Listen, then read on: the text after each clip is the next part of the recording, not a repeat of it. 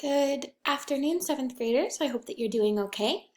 So today we're going to be starting working on our last part of your design journal for Criterion A. So this will be task 4, which is our design brief.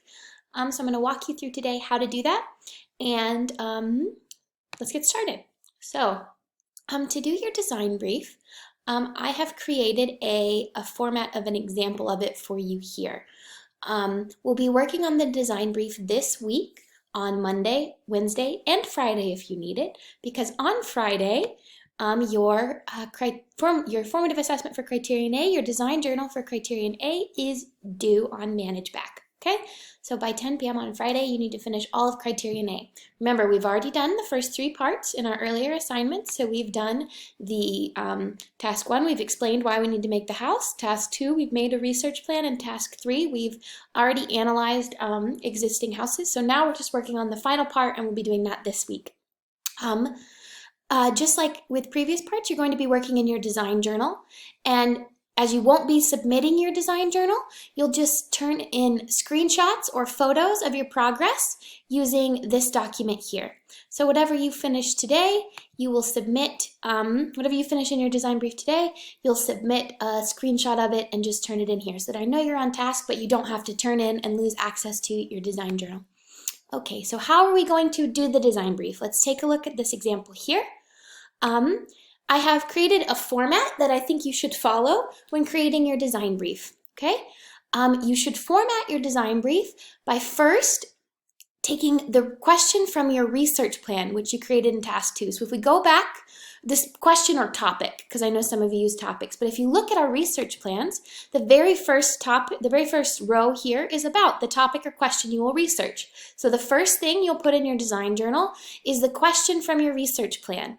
Then, following that same question from the research plan, you'll include the summary of what you learned and a description of how that information could be applied to your own future design of a sustainable home. You could push yourself a little deeper by describing why the source is useful or reliable, but it's not necessary for you to do it. However, it will push you deeper and make your work more thorough. After you have your question and your summary and description and your analysis here, after you've done that, then you're going to include a citation of the source in MLA format, okay? And then you'll do that continuing with each question. So with each question you had in your research plan, everything you researched here, you should include your own, you can include a new question and section of your design brief. If some of your questions are really similar, you can mold them together into one, that's okay. But you should try to address most of the questions or topics you planned for in your research, okay? You do not have to do all of them, but all of the ones that are useful to you, that you learn something that will help you create your project, you should do.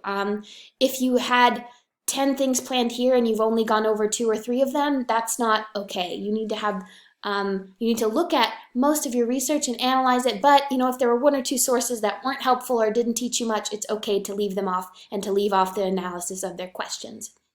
So looking back at this format here, you continue doing writing your question, giving your summary, your description, your analysis, and your citation. You continue doing that for each question from your research plan, and then you're going to have a conclusion at the end. You'll label it conclusion, you'll link all of your ideas for how you can apply the information you learned to your design. This isn't giving specifics like in a design specification. For example, you're not saying, oh, it must be 90 square meters, it must have 5 solar panels, it must have this, it must have that. That's not what you're saying. Here you're saying, I should include solar panels in my home for this reason, right? I should have a house that is at least this big because of my family's needs, okay? We're just coming up with justifications and examples of how and why we could use things in our sustainable home. And then after that, you'll have your MLA Works Cited page, okay? So in your design journal, your design brief should look something like this. Obviously, you'll have more writing than mine here and have actual research questions or topics, but this is how it should look in your design journal. So here we have our section, or task 4, section of our design journal for Criterion A. You have your research question 1, your paragraph with your summary and descriptive analysis, and then your citation for the source or sources. If you used more than one to answer a question, that's okay. You just include it there, that you use to give you this information, okay? And you do the same thing, research question 2, paragraph with the descriptive summary and analysis, the citation you used. Research question 3, paragraph with summary analysis, citation you used. And that will continue for each source. And in the end, you have your conclusion, okay? This is a descriptive paragraph that'll bring everything together. We've already gone over this. And then at the end, you'll have your works cited page. Now, don't forget that when you put your sources here, your citations here, it's not going to be in the order that things are up here. It's not in the 1, 2, 3 order, but it's in alphabetical order, okay? Remember, our citations and our works cited page should always be in alphabetical order. That's why I changed it here for A, B, C instead of, 1 to 4. After that, and I've included here this link to the citation machine for MLA that I recommend, the one that I use. I think this is the best one, so you can use that. If you guys remember, in an earlier unit and in an earlier lesson, we went over MLA formats. You'll be able to find that, I think in the, which unit was it? MLA format. Oh, it was somewhere. Can't find it. But we've been over MLA and we've talked about it before.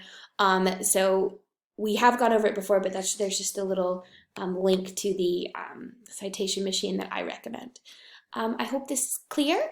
So today you will start working on your design brief. I hope that you can get through, I think you should be able to get through about 3 to 5 of your sources today.